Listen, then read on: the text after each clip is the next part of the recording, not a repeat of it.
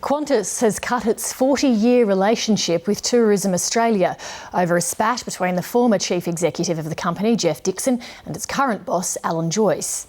The two men used to be close, but now the current management at Qantas says it can no longer work with Mr Dixon in his role as chairman of the tourism body.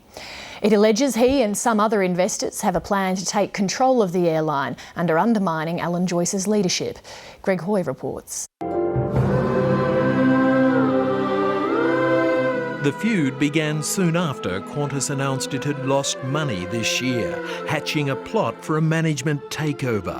Meeting privately with investors and unions, the conspirators include venture capitalist Mark Carnegie, former Qantas executives Joyce Dixon and Peter Gregg, and ad man John Singleton, who has publicly attacked Qantas management. Well, everything starts at the top.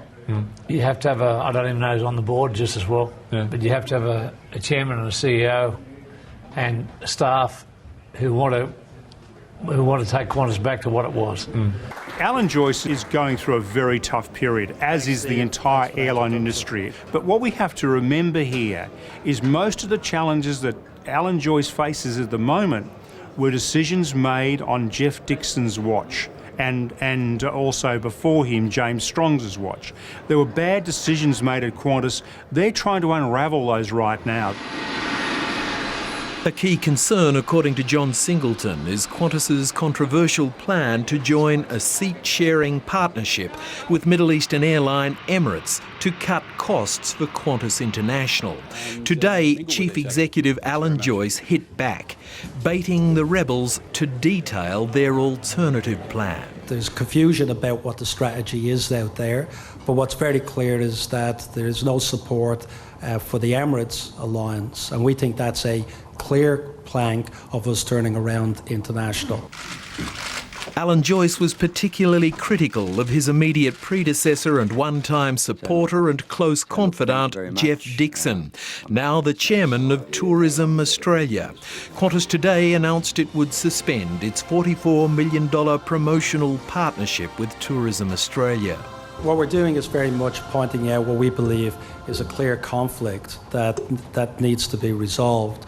And from our perspective, it's going to be inappropriate for us to continue to work with Tourism Australia while that conflict is there. The suggestion perhaps being that Joyce Dixon's ongoing role with Tourism Australia is now untenable. The federal government appoints the head of Tourism Australia, but Tourism Minister Martin Ferguson was not available for interview, nor was Joyce Dixon or any of the rebel group. So will the Qantas Emirates alliance be good for tourism in Australia by growing Qantas, as management suggests, or will it shrink the number of seats available into and out of Australia?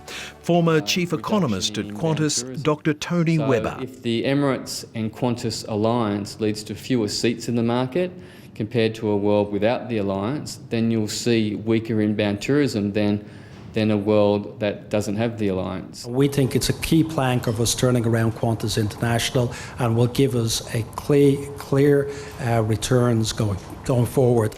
Large investors 730 has spoken to say for now Qantas management has their full support, though there's no question that this dispute will increase the pressure for Alan Joyce and his executive team. Already feeling the heat due to poor profitability, a poor share price and poor relations with Qantas unions who share some of the rebels' key concerns. What we see is an iconic Australian company that was renowned and synonymous with Australia being gradually shrunk. From my perspective, there is only one top priority in all of this, which is making sure that Qantas has a viable, successful future. Clouding the future of Qantas and the job security of its chief executive. Even his biggest supporters will tell you Alan Joyce will, for the foreseeable future, need to watch his back as he attempts to navigate the new flight path for Australia's national carrier. When your company you're heading makes a historical loss, when you haven't paid a dividend for years, when you see your share price plummet from over $6 to under $1, you're going to be under significant stress.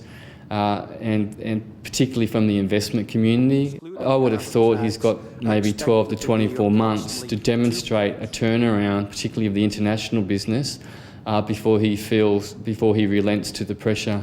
Well, look, it does add to the pressure, there's no doubt. But behind Qantas is the fact that 98% of its shareholders, 90% of its customers support the strategy going forward. So my advice to them is stick to your guns, because you know what you're doing now is good for Qantas, it's good for shareholder value in the long term, and we're going to end up with a far more robust and profitable carrier if the strategy that they are pursuing continues.